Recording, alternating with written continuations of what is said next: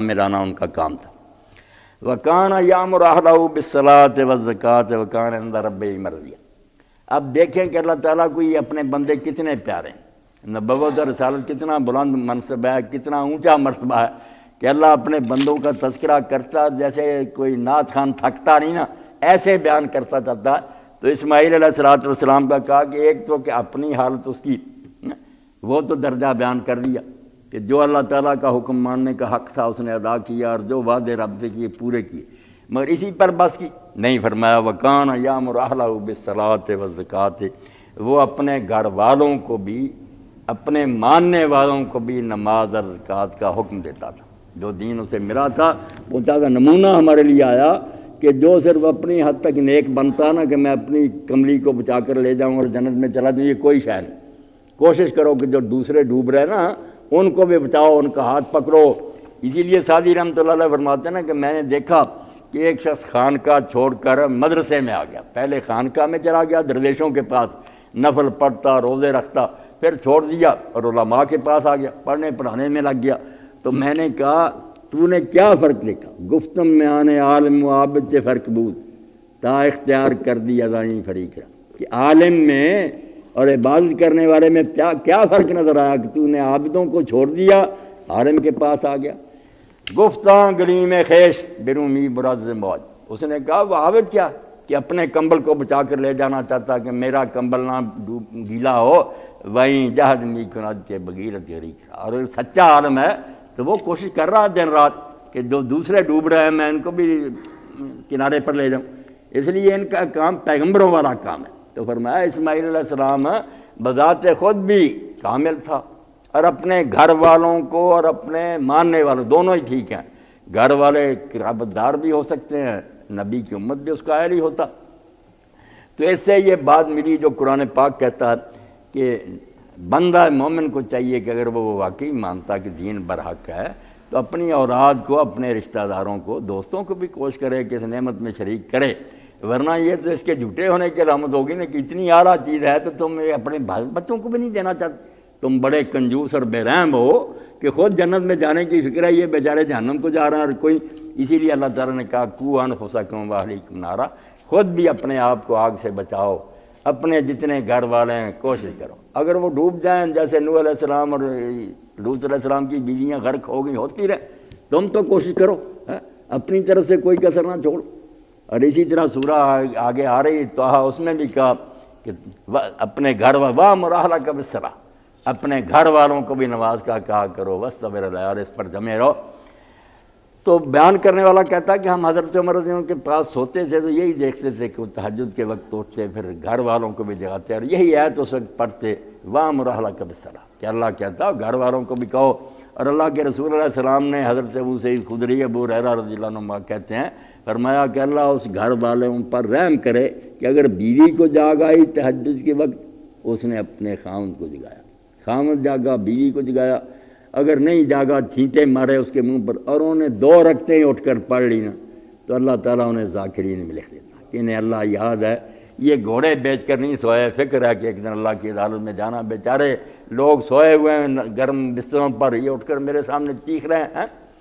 تو اللہ تعالیٰ کہتے ہیں کہ اسماعیل علیہ السلام خود صالح اور نیک ہونے کے ساتھ ساتھ اپنے گھر والوں کو بھی نماز اور زکوٰۃ کا حکم دیتا۔ اب بجائے سارا دین بیان کرنے کے آپ نے دیکھ لیا کہ صلاح اور زکوٰۃ 2 کا ذکر ہوا۔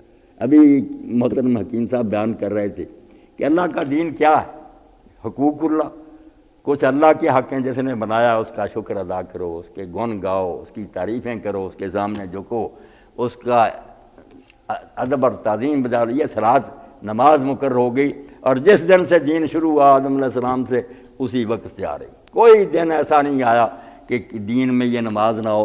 نماز کے بغیر دین کا کوئی تصور نہیں۔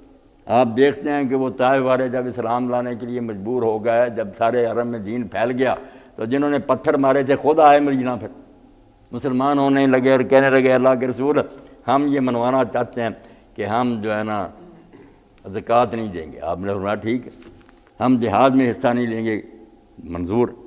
پھر انہوں نے کہا نماز نہیں، آپ نے فرمایا لا خیر فی دین لیس فیہ رکوع، وہ جس دین میں اللہ کے سامنے جھکنا ہی نہیں، اس دین کا پھر کیا فائدہ ایسے دین کا کوئی فائدہ نہیں، نہ میں ایسا دین قبول کر سکتا۔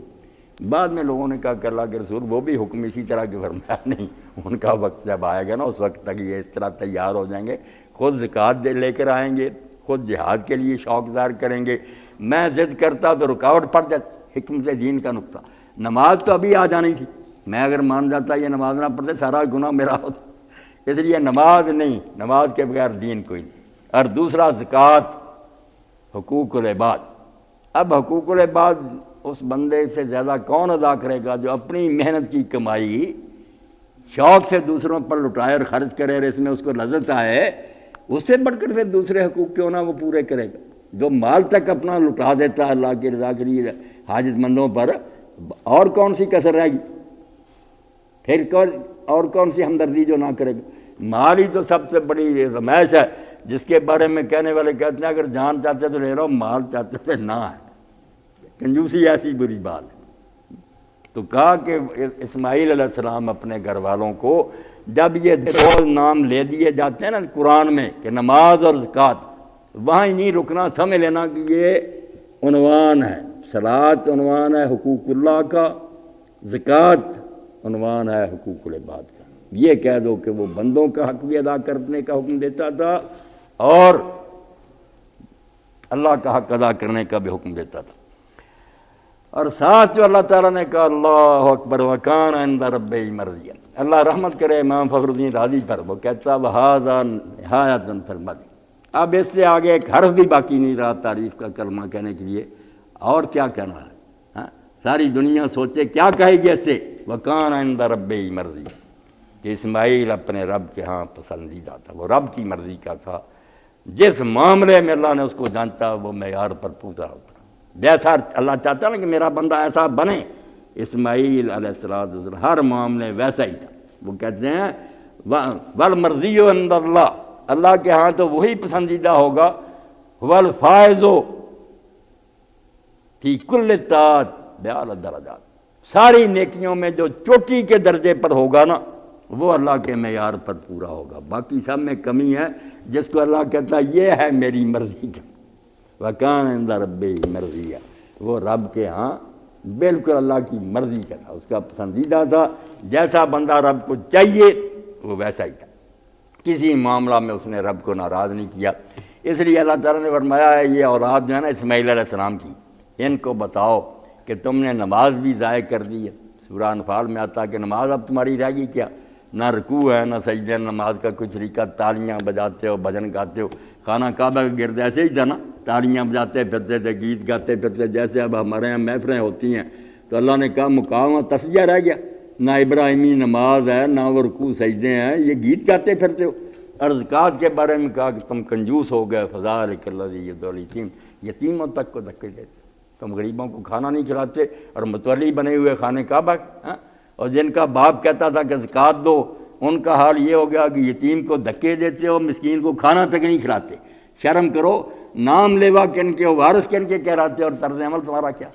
تو ان دو آیتوں میں آپ دیکھ لیں اللہ نے اپنے برگزیدہ اور ذیل قدر رسول اسماعیل علیہ السلام کے بارے میں وہ باتیں بتائیں جو ہمارے لیے نمونہ ہے کہ خود بھی ٹھیک ہو، جو اللہ سے وعدہ کیا کہ اللہ تیری بندی کرے نبھاؤ، اور اپنے گھر والوں کو، ساتھیوں کو جہاں تک تمہارے بس میں ان کو جہنم سے بچانے کی کوشش کرو، اور اللہ تعالیٰ کے پسندیدہ بندے بنو۔ وآخر دعوانا الحمدللہ رب العالمین، وصلی اللہ تعالیٰ علی خیر خلقہ محمد۔